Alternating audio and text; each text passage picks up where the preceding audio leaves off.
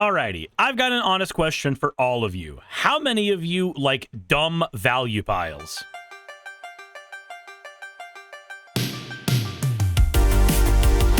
How's it going? If you're new to the channel, my name is Suris, and if you want commander decks that dominate tables without dominating your wallet, then please consider subscribing now. And if you like what I'm doing here, then tell 3 friends about what I'm building over on this channel. So I was sitting around my office this morning wondering, why haven't I made a deck around Atraxa Grand Unifier? Now, this commander is just kind of bonkers, and she does everything that I love in a commander. She has the ability to close out the game on her own. She keeps us in the game with lifelink if she needs. She's evasive, so it's very hard to deal with her in general. She's got death touch, so she's a removal engine. Vigilant, so she's always able to block.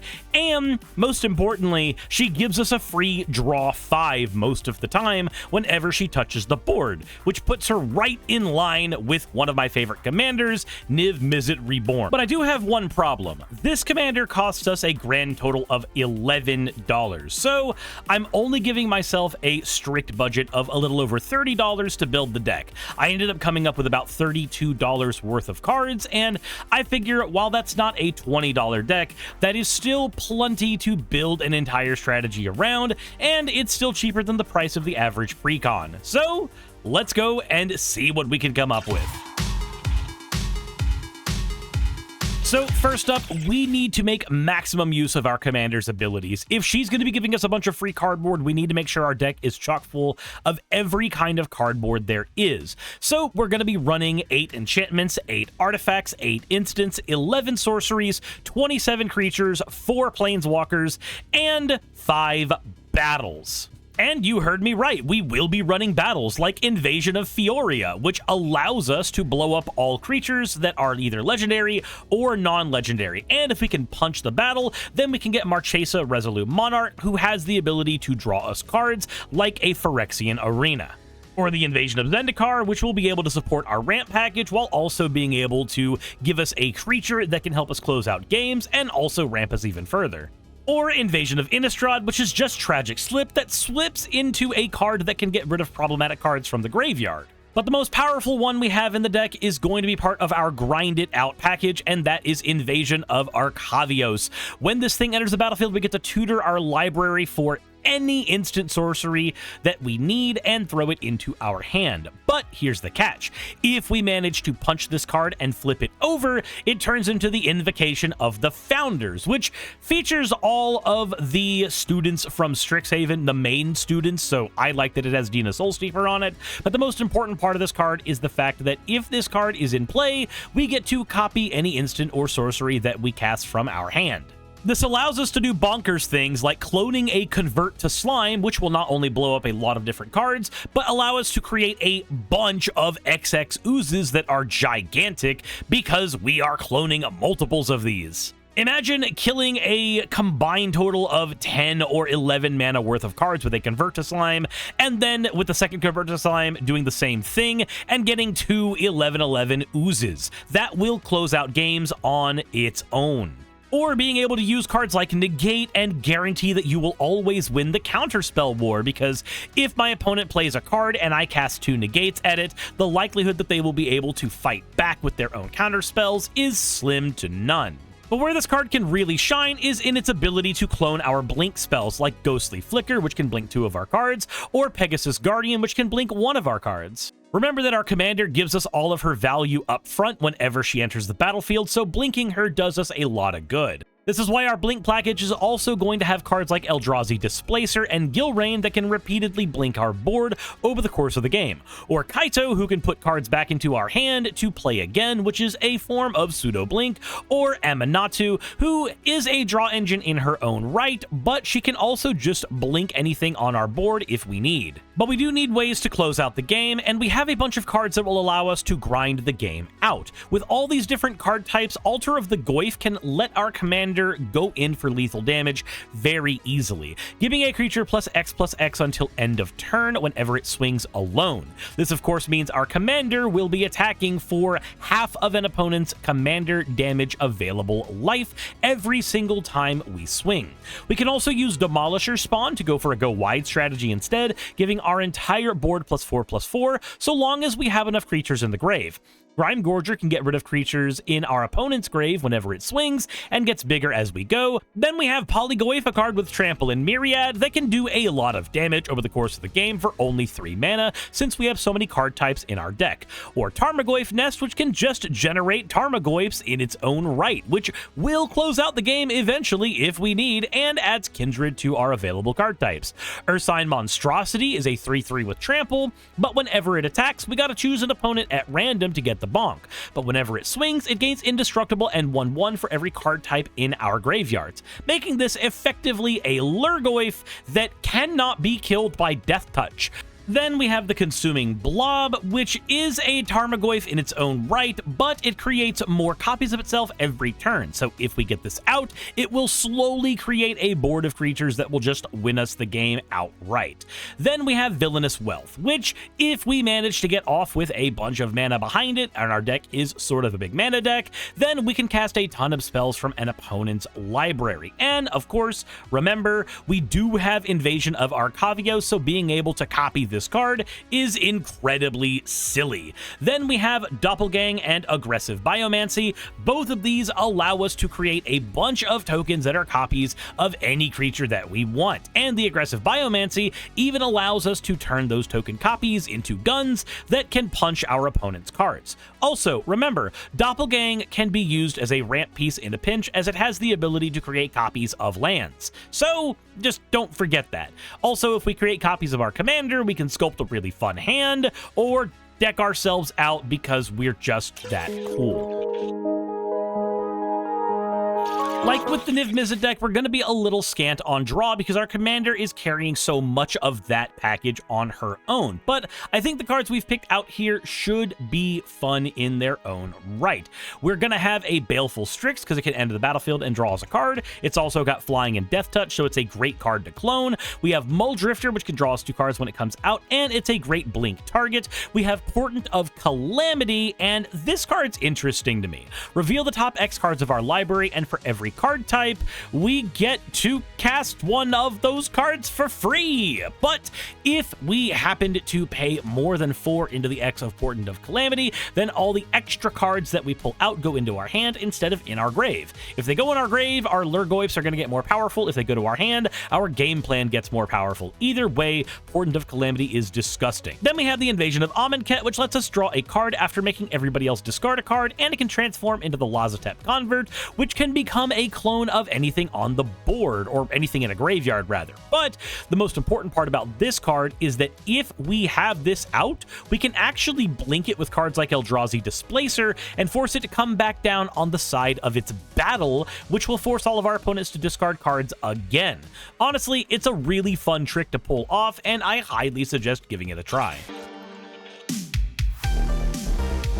Removal, I think, is where this deck shines. Because we have the ability to get so many different card types from the top of our deck, I wanted to have removal featuring in damn near every one of those card types. So we have removal in the form of a battle when we look at Invasion of Innistrad, which is just a tragic slip. Then we have instant removal in the form of a variety of ways to counter spells. Void Slime, Essence, Scatter, Refute, Disruption Protocol, Negate, all of these can stop a problematic spell. Drown in the Lot can do the same thing, but it also doubles as creature removal.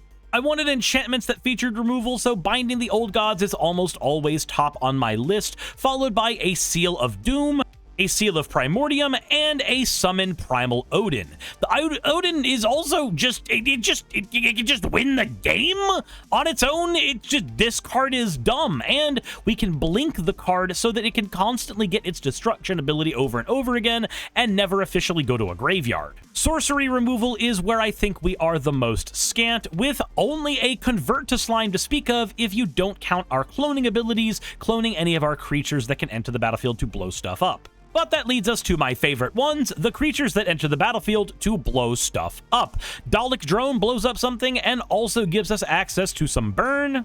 Frilled Stake, Mystic Snake, and Urtai Resurrected all had the ability to counter spells when they enter the battlefield. These can also be repeatable counter spells when we blink them. Noxious Gear Hulk and Ravenous Chupacabra can also blow up cards in their own right, as can Aethersworn Adjudicator, and a lot of these are artifact creatures, so they have a ability to serve double duty when Atraxa is selecting cards. The Adjudicator can also just untap itself to blow up things repeatedly, so late game, when everybody's got way too much mana, we can use this to blow up a bunch of cards all at once. We also have Blade Griff Prototype in here. Now, if you've never used the Prototype, it's a very fun card. It punches a person, and then it tells that person that they are allowed to blow up any permanent that one of our opponents controls. So they can get rid of one of their own cards, you know, in recompense for all the terrible things they've done to us, or they can get rid of something that one of our other opponents have, meaning that we get to punch somebody over and over again, and they can just accept that that's happening to them, and it won't hurt them at all. And it won't hurt our ability to politic with them at all. Usually players get up in their feels whenever you punch them in the nose, but if we hit somebody for 3 with this and then say, hey, you can blow up your friend's omniscience, they're just going to be like, oh, really? Bet. I also wanted to have some Planeswalker removal as well, so Obnixilis Reignited is a draw engine and a creature that can blow up things, or a Planeswalker that can blow up things.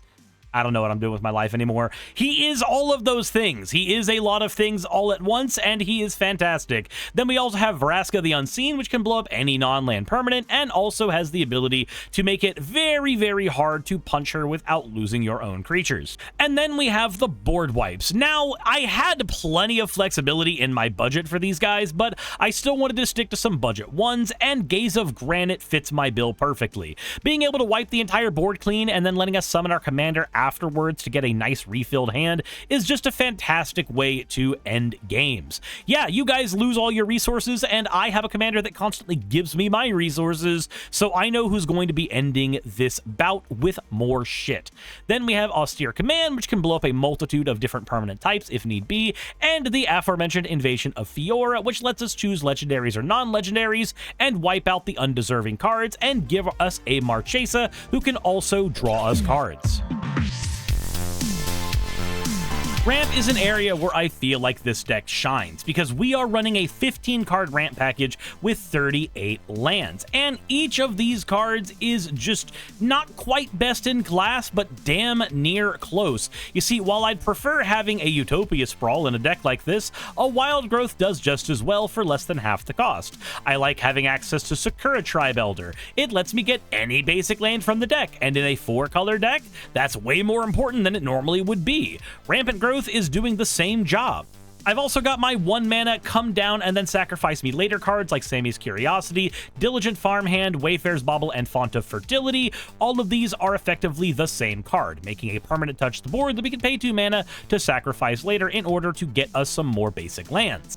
I have a Sad Robot in here so that Atraxa is able to grab it itself. I wanted to make sure that we were not scant on artifacts. And thanks to all the reprints, we still have access to Farseek at a budget price. And this can yank out any non-forest from our deck, while the Wood Elves in this deck can yank out any forest from our deck. Speaking of forests, we can also rip those out of the deck with Ranger's Path, and let's also run the Invasion of Zendikar, Migration Path, and Explosive Vegetation, so we have access to 4-mana ramp, since we do have a 6-mana commander, and we have to find some way to afford her, man. Then for our lands, we're going to be running 3 forests, 3 islands, 3 swamps, and a singular plain. This is because in the genetic makeup of our deck, we only have 10% representation for white mana at all, so we can just find that elsewhere. And a Crozen Verge that allows us to yank out a forest and a plains from the deck. Remember, this can grab a forest like Murmuring Bosk, and then it can grab a plains like the Canopy Vista out of the deck, which gives us a bunch of stuff we need, or the Prairie Stream out of the deck, which gives us every single land type that we need for our deck to operate. We're going to have a Terramorphic Expanse to grab any basic lands we need, and the Foreboding Landscape, Deceptive Landscape, Contaminated Landscape, and Tranquil Landscape to get every other kind of basic land we could possibly need. Let's run the Omni lands of Exotic Orchard, Command Tower, and Path of Ancestry with a semi-Omni land of Murmuring Bosk because it has the forest typing and can therefore be ripped out of our deck with Wood Elves or anything else that can yank out a forest. Let's then run the Simic lands of Hinterland Harbor, Flooded Grove, Overflowing Basin with a tapped Tangled Islet because it is a forest and we need access to being able to search that out with Wood Elves. Our Golgari lands are all untapped lands with Tainted Wood, Twilight Mire, Viridescent Bog, and Woodland Cemetery. Our Dimir lands also all come into play untapped with Darkwater Catacombs, River of Tears, Tainted Isle, and Sunken Hollow. We got a lot more untapped lands in this deck. Thank God we've got 2 Azorius lands with Skyclad Expanse and Prairie Stream, and then we're going to be running the Selesnya Canopy Vista, Canopy Canesty, Canopy Cacophony. I am tripping over my words. Canopy Vista and Sungrass Prairie, with our Orzhov lands being Tainted Field and Desolate Mire. A lot of different land types here, but basically you'll notice that every land that taps for white, we are only running 2 of, whereas the lands that can tap for the Sultai color combinations, we are running 4 of, because our deck leans heavy in green and then second heaviest in blue and black, with only a little bit of representation in white. So this deck is the only place in America where the color white is actually a minority. I don't know, there's probably some psychopath on Twitter obsessed with that right about now. But that said, I am stalling. We are done with everything in the deck, and now all we gotta do is talk about how to play it. Alrighty, let's go ahead and look at what we have in our opening hand. 2 ramp spells with Wild Growth and Farseek, or 3 actually. We have a Sakura Tribe Elder and 2 lands. This is a bit of a risky hand, but I think I'd be willing to run with it just to see what we can get. Let's play the Path of Ancestry first, because it is forced to come into play tapped and pass to our opponents. Moving into turn 2, let's go ahead and play the Tainted Wood, and then tap these 2 for the Farseek, and let's yank out a Sunken Hollow from the deck, giving us access to a bunch of different land types. Then we're going to go to our next turn. We have a Binding the Old Gods here. I want to go ahead and cast that. We have everything we need to use it. So let's Wild Growth our Tainted Wood, and then Binding the Old Gods, one of our opponent's permanents, so that on our turn we can have the Binding the Old Gods rip out the Murmuring Bosk from the deck. And about here's where I realize there is a card missing, so I'll have to go into the edit and fix that, but don't worry, we will take care of that in post. Next turn comes up, the Murmuring Bosk is tapped. We cannot play our commander quite yet. We can play Steve, we can play Muldrifter. I'm a little torn. So if we do Steve, that gives us more mana for the next turn. Muldrifter can give us access to our draw. I'm less torn now. We're going to play Steve. We're going to tap 1, 2, 3. We're going to evoke the Muldrifter, draw 1, 2 cards from that. That did not give us a land, so we're going to be sacking Steve and going into our library and getting ourselves out a swamp and passing the turn to our opponents. Moving into the next turn, we get an Evolving Wilds. Let's go ahead and crack. Let's wait here. Wait a minute. 1, 2, 3, 4, 5, 6. Let's go ahead and play Atraxa. Path of Ancestry gives us the Scry, so let's look at our top. That's a Dalek drone. I'm fine with that up top. That may be helpful. So let's go ahead and look at our top 10 cards with Atraxa and see what we get. 1, 2, 3, 4, 5, 6, 7, 8, 9, and 10. Our sorcery is going to be Villainous Wealth. Our instant is going to be Ghostly Flicker. Our artifact is going to be the Dalek drone. Our creature is going to be the Pegasus Guardian. Our battle is going to be the Invasion. And our land is going to be the Tainted Field. Everything else, not Tainted Field. We'll get the Exotic Orchard. Everything else goes back to the bottom of the deck. And then we're going to play our land for turn. That's going to be the Exotic Orchard. No, it's not. We're going to tap. We're going to suspend the search for tomorrow.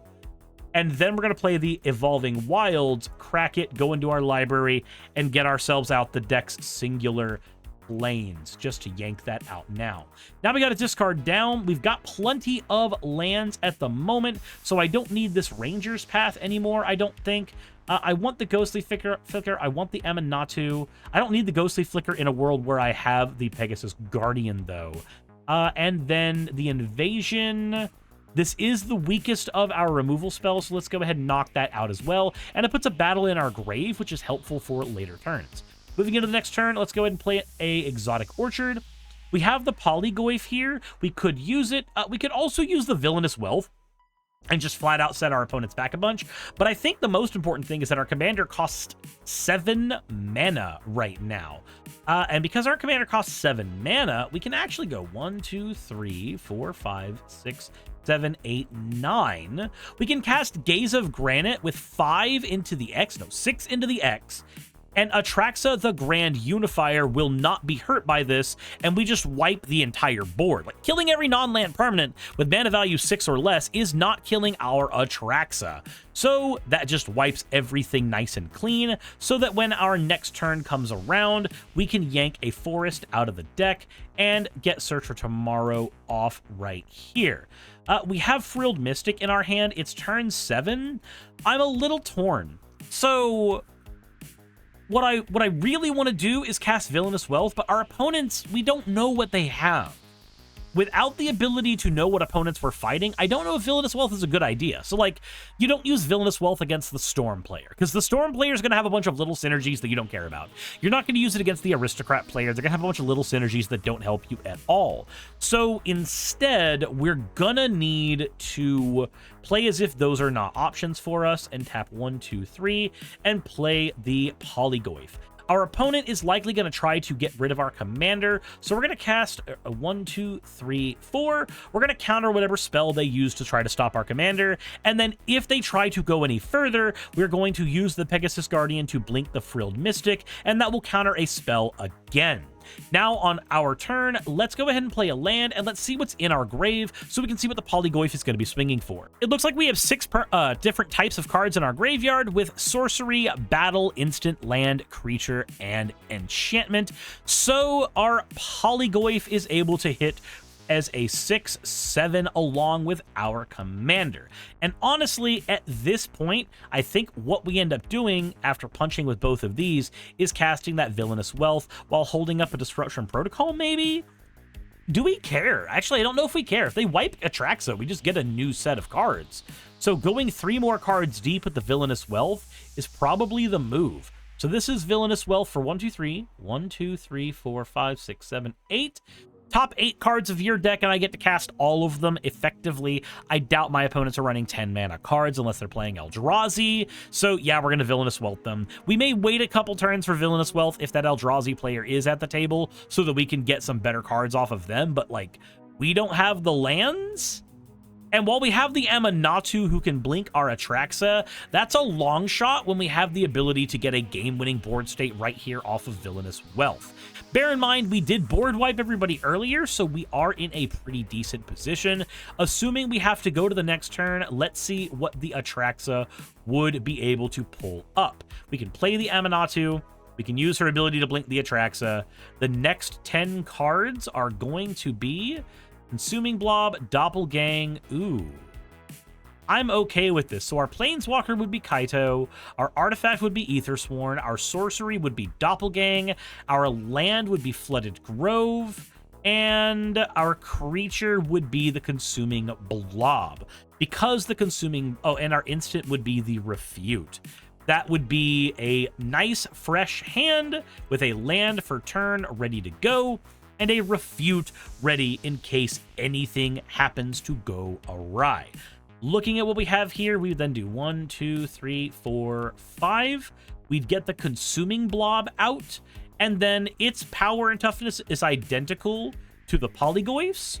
So every turn we'd get an extra Consuming Blob, and if our opponents do anything silly, we are just going to refute whatever that card is, go to our turn, and we've basically won at this point. But for giggles, this is a pseudo board wipe in the deck.